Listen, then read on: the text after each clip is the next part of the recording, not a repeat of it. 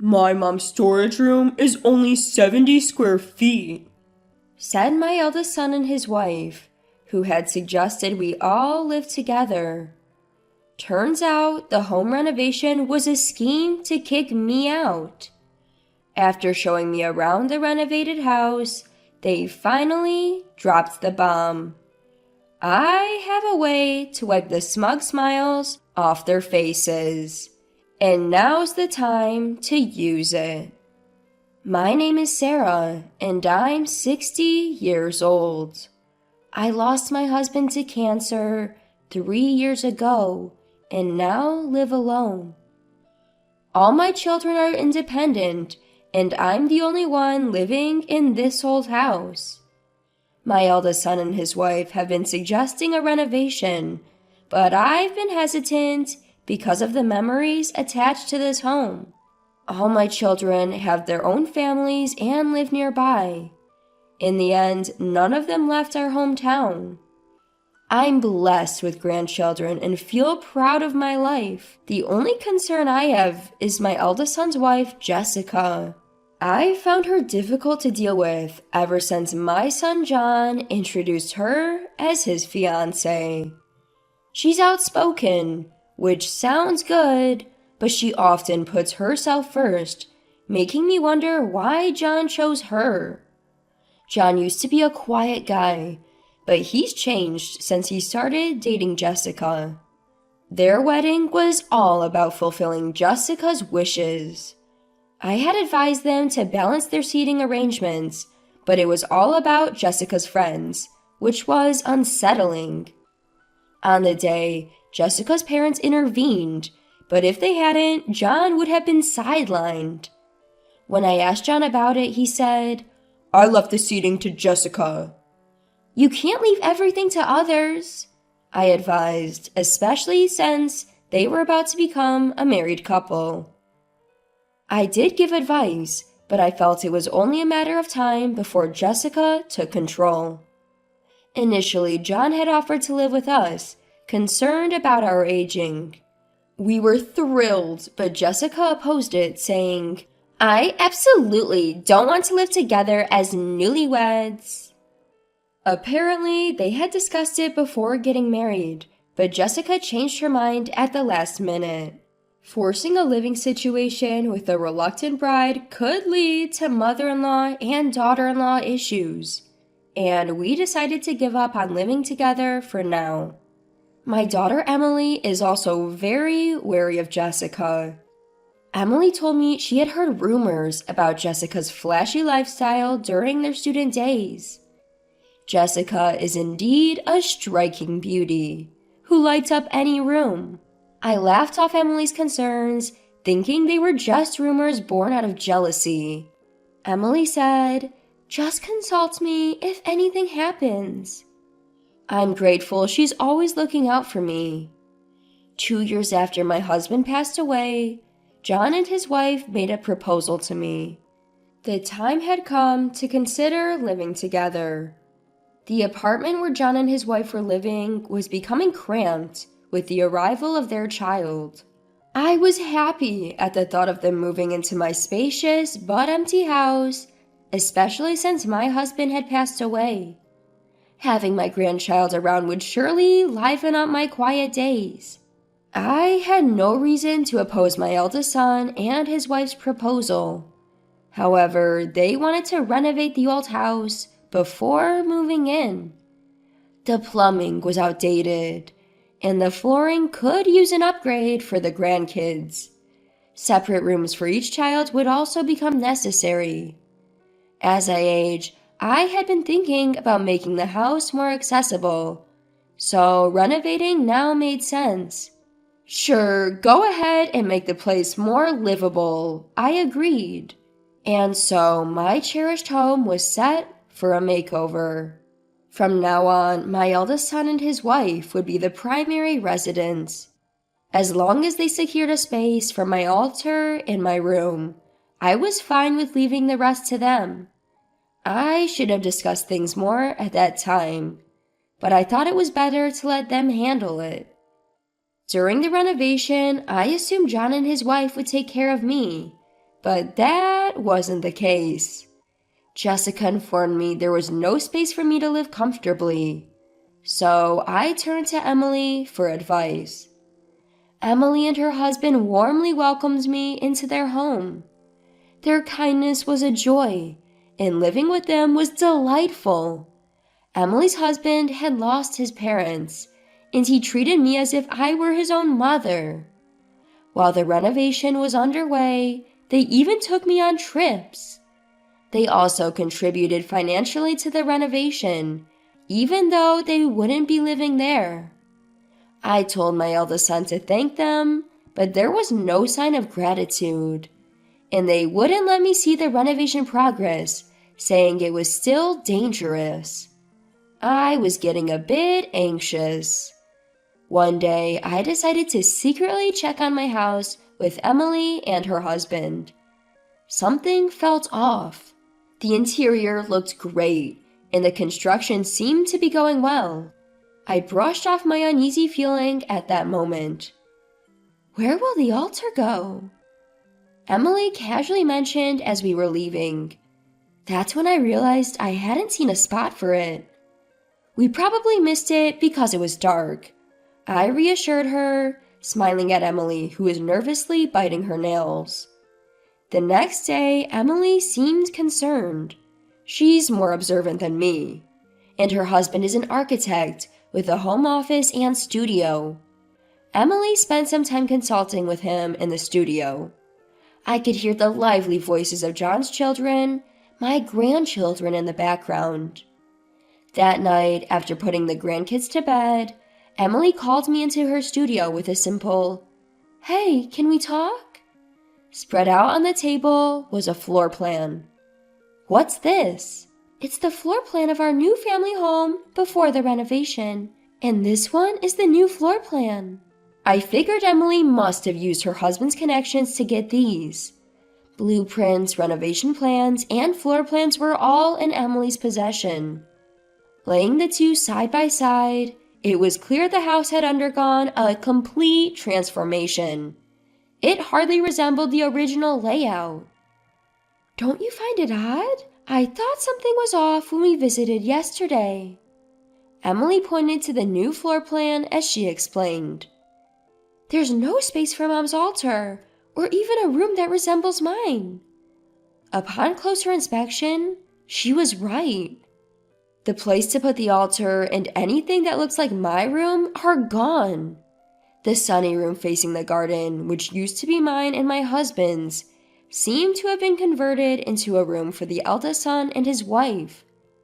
"This must be why they didn't want us to know the progress," Emily said, her face a mix of disbelief and frustration. I had a clear agreement with John. I kept going back and forth between the plans, unable to believe that none of my wishes were reflected. "I can't believe this." Emily tightly gripped my hand. "Mom, if they're playing games, we can play too." She encouraged me with determination. Emily advised me to act oblivious for a while. It seemed she wanted to give them enough rope to hang themselves. In the meantime, we'd prepare our counter move. Emily's husband had checked with the construction company, and it turned out Jessica was the one mainly pushing the project forward. Apparently, she had been quite demanding, causing headaches for the project manager, and they had told the contractor they'd be living there as a family of 4. Emily was so angry she looked like she was about to confront John and his wife right then and there.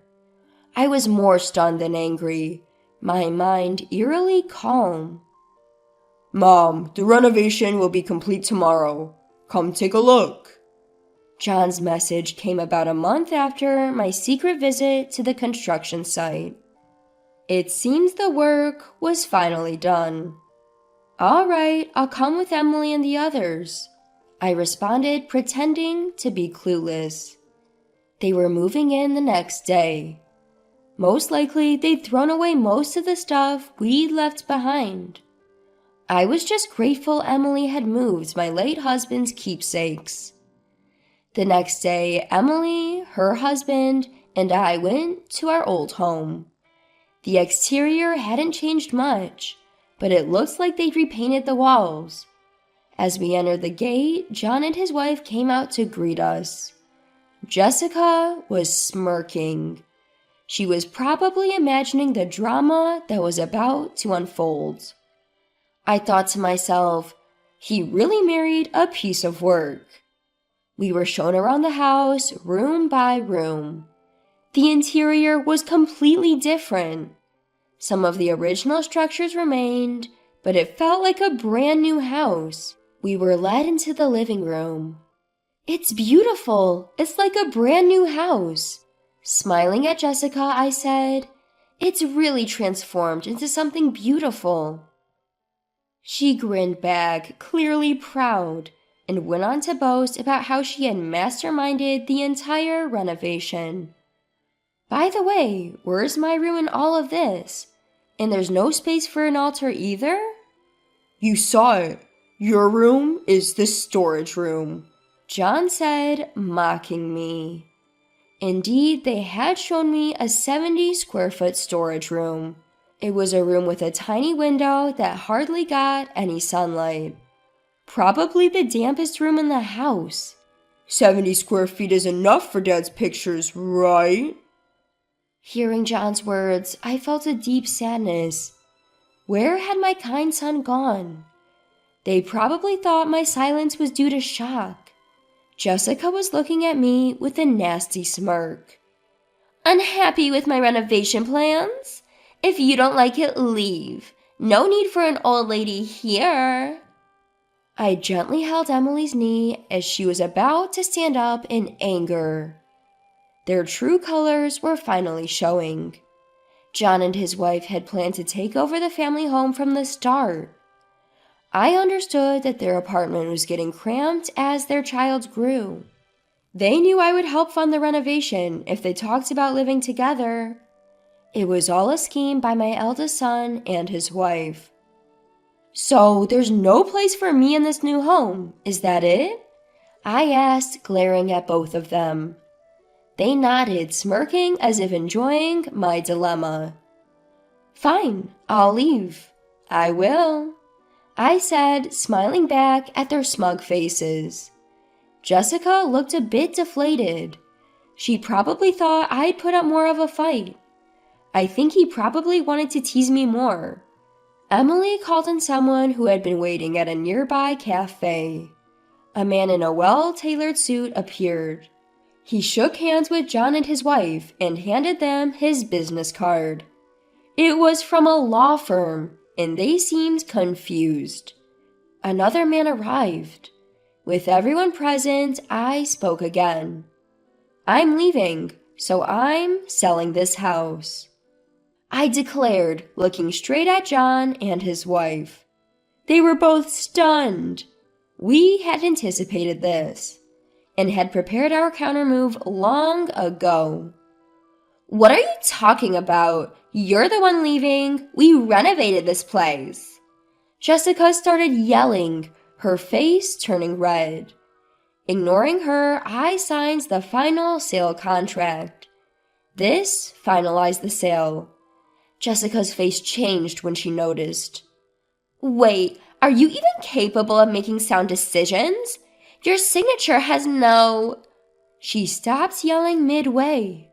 Suddenly, the color drained from John and his wife's faces. They seemed to have realized a significant oversight. Mom, are you serious? John looked at me with questioning eyes. I nodded firmly. They were the ones who had started this fight. They had planned to kick me out and dump the house on Emily and her husband. I had always dreamed of living under the same roof with my grandchildren, filling the house with laughter and love. But John and Jessica shattered that dream, and I couldn't forgive them for it. I own this house. Since it seems I can't live here, I've decided to sell it. I've already spoken to a real estate agent about handling the details. Waiting at the coffee shop were a lawyer and a real estate agent. I had them on standby so we could finalize the sale immediately. John looked stunned as he read the sales contract. Jessica's face turned ghostly white. Apparently, the lease on the apartment where John and his family currently live is ending this month. They were now in a bind, needing to find a new place to live as soon as possible. Hold on, where are we supposed to live now? John called out to me as I was about to leave.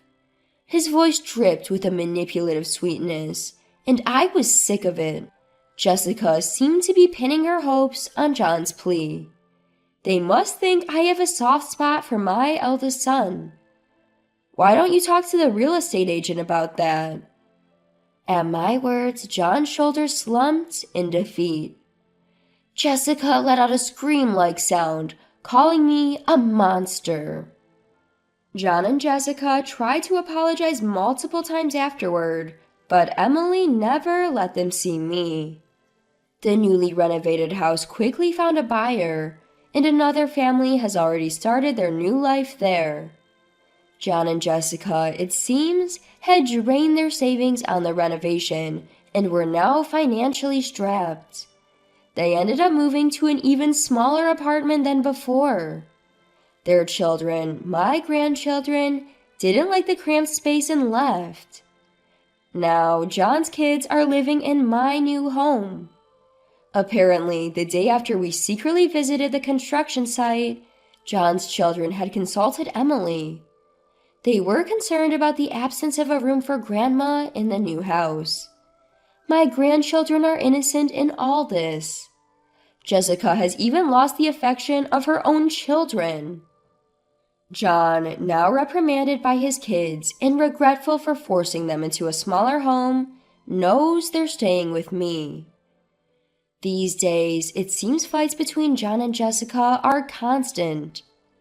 I'm living comfortably in the new house that Emily's husband designed for me. I didn't want to make my grandchildren uncomfortable, so I had rooms made for them too. When I invited them to live with me, they moved in right away.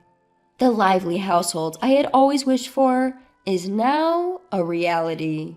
Making lunch for my grandchildren has become my new joy in life.